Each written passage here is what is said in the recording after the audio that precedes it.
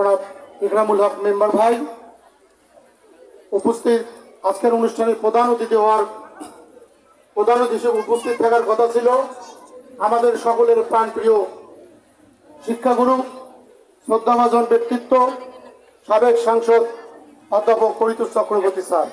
তিনি অসুস্থ, তাই আসতে পারেননি। আমাদের মাঝে উপস্থিত রয়েছেন বাংলাদেশ জাতীয়তাবাদী দল বদরগঞ্জ উপজেলা বিএনপির সংগ্রামী সাধারণ সম্পাদক, আগামী ২৬ সালের যে জাতীয় সংসদ নির্বাচন হবে তার মনোনয়ন, ধানের শীষের মনোনয়ন প্রত্যাশী অধ্যাপক আজিজুল ভাই। এই ভাইয়ের আরো একটা পরিচয় আছে, আপনারা, আমি একটু পরে বলতেছি। আপনারা আজকে এখানে এসেছেন, কেন এসেছেন আপনারা বলতে পারবেন? বলেন না, কেন এসেছেন? আপনারা এসেছেন তারেক রহমানের ৩১ দফার উপর কথা শুনতে। আমাদের প্রিয় নেতা তারেক রহমান বাংলাদেশের নারীদের জন্য কাজ করার জন্য আমাদেরকে নির্দেশ দিয়েছে এবং নারীদের চিন্তা করছেন। যে কথাটি পূর্বেই বললাম, এই বাংলাদেশের নারী, পৃথিবীর নারী শিক্ষার যে অগ্রদূতকে বেগম রোকেয়া সাখাওয়াত হোসেন, তাই না? কি জানেন না আপনারা? জানেন। ঠিক তেমনি এই নারী শিক্ষাকে বদরগঞ্জে এগিয়ে নেওয়ার জন্য বদরগঞ্জে একটা মহিলা কলেজ আছে, আপনারা জানেন? সেই মহিলা কলেজ তার হাত ধরেই প্রতিষ্ঠিত হয়েছে। আপনারা কি জানেন কিনা জানেন কি আপনারা? ইনি সহ আরো অনেক বদরগঞ্জের আমাদের শ্রদ্ধাভাজন বড় ভাইরা আছে, তারা এই মহিলা কলেজ প্রতিষ্ঠিত করেছে। তার সুফল আমরা ভোগ করছি, বদরগঞ্জের নারীরা ভোগ করছে। প্রিয় ভাইরা আমার, আমরা এখানে অনেকেই অনেক বক্তৃতা দিয়েছি, কিন্তু আসল কথা আমরা কিন্তু কেউ বলি নাই। এখানে সংক্ষিপ্ত বক্তব্য দেওয়ার কথা বলা হয়েছে। আমাকে কোনোদিন কেউ মাইক পিস দিলে এখন পর্যন্ত বলে নাই যে আপনি সংক্ষিপ্ত বক্তব্য দেন। যাই হোক, বলছে, আমি তারপরেও বলতেছি, আমি ২-৩টি কথা বলবো, কারণ বলতে হবে। এই আপনারা বেগম খালেদা জিয়াকে চেনেন? আপনারা আপনার কথা বলেন, চেনেন? তিনি কি বাংলাদেশ জাতীয়তাবাদী দলের নেত্রী, বাংলাদেশের প্রথম প্রধানমন্ত্রী। আমাদের প্রিয় নেত্রী বেগম খালেদা জিয়া আপনার মতো একজন গৃহিণী ছিল। তার স্বামীকে হত্যা করার পর তিনি সেদিন শপথ নিয়েছিলেন, আমি বাংলাদেশের প্রধানমন্ত্রী হব। তিনি গৃহিণী থেকে প্রধানমন্ত্রী হয়েছে। সেই নেত্রী আমাদের বেগম খালেদা জিয়া। আপনারাও কিন্তু বাড়ির নেত্রী, আপনারাও। প্রিয় ভাইরা আমার, এই বেগম খালেদা জিয়া ১৯৯১ সালে নির্বাচিত হওয়ার পর ১৯৯২ সালে বাংলাদেশের শিক্ষা ব্যবস্থাকে, প্রাইমারি শিক্ষা ব্যবস্থাকে কি জাতীয়করণ করেছে, শিক্ষাকে বাধ্যতামূলক করেছে। আপনারা জানেন? এই বেগম খালেদা জিয়া নারীদের জন্য বিনা বেতনে শিক্ষার ব্যবস্থা করেছে। এই বেগম খালেদা জিয়া নারীদের শিক্ষার জন্য উপবৃত্তির ব্যবস্থা করেছে। আপনারা কি জানেন এগুলো? অবশ্যই জানেন। যদি কেউ এখানে পড়াশোনা করে থাকেন তাহলে অবশ্যই জানবেন যে উপবৃত্তি পায় কিনা। যেমন আমি একজন টিচার, আমাদেরকে উপবৃত্তির সময় বলে, স্যার একটু আমার পাশে দেখিয়ে না, আমার যদি উপবৃত্তিটা হয়। আমরা কিন্তু পরিস্থিতি ফেস করি। প্রিয় ভাইরা, সেই নেতৃত্ব দল আমরা করি। আমাদের প্রাণপ্রিয় নেত্রী, তিনি এত ভালো মানুষ, তার প্রকৃত একটা উদাহরণ দেয়। তাকে কিন্তু খুনি শেখ হাসিনা 10 বছরের জেল দিয়েছিলেন। আপনারা জানেন? উনি কিন্তু 10 বছরের জেল হয়েছিল। উনি যখন জেলে গিয়েছে, তার বাড়ির একজন কাজের মহিলা, নাম হচ্ছে ফাতেমা, সে বলছে, আমি বেগম খালেদা জিয়ার সঙ্গে স্বেচ্ছায় কারাগারে যাব, তার সেবা করব। আপনারা যাবেন কারোর সাথে জেলে? আমি জেলে গেলে আমার বউ যাবে না আমার সাথে, যাবে? তাহলে তিনি কত বড় মানের একজন মানুষ।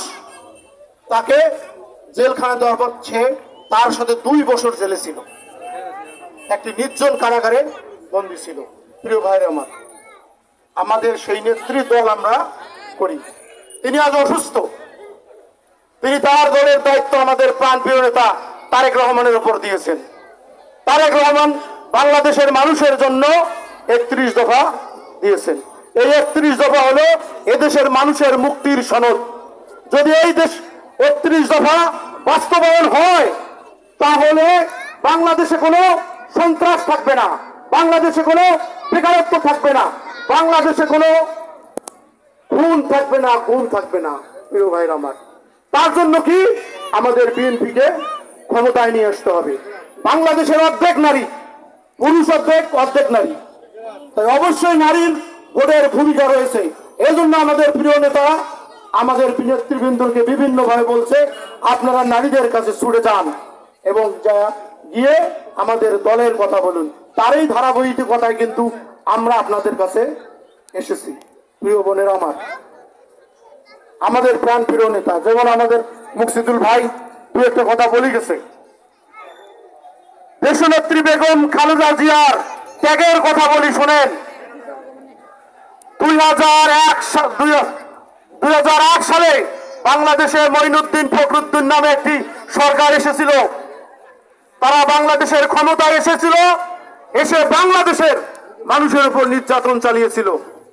শেখ হাসিনাকে বিদেশে পাঠিয়ে দিয়েছিল, তিনি ভয়ে সেদিন বিদেশে চলে গিয়েছিলেন। আমাদের নেত্রী দেশনেত্রী বেগম খালেদা জিয়াকে বলেছিলেন আপনি বিদেশে চলে যান, আপনার কোনো সমস্যা হবে না। তিনি বলেছিলেন বাংলাদেশেই আমার শেষ ঠিকানা, বাংলাদেশের বাইরে আমার কোনো ঠিকানা নাই, আমি এই দেশেই জন্মগ্রহণ করেছি, এই দেশেই মৃত্যুবরণ করব। তার এই কথার জন্য আমাদের তার দুইটি সন্তান তারেক রহমান এবং আরাফাত রহমান কোকোর উপর যে নির্মম নির্যাতন চালানো হয়েছিল, তাই সেই নির্যাতনের জন্য তার ছোট ভাই আরাফাত রহমান কোকো মৃত্যুবরণ করেছিল এবং আমাদের প্রিয় নেতাকে ফ্যানের মধ্যে ঝুলিয়ে রেখে তার উপর নির্যাতন করেছিল। সেই কথাগুলো সেদিন তিনি বিবিসি বাংলাতে বলেছিলেন তার উপর কিভাবে নির্যাতন হয়েছিল। প্রিয় ভাইরা আমার, ভাইরা আমাকে যদি একটু কথা বলতে দেন আমি বলি অনুভূতি নিয়ে। প্রিয় ভাইরা আমার,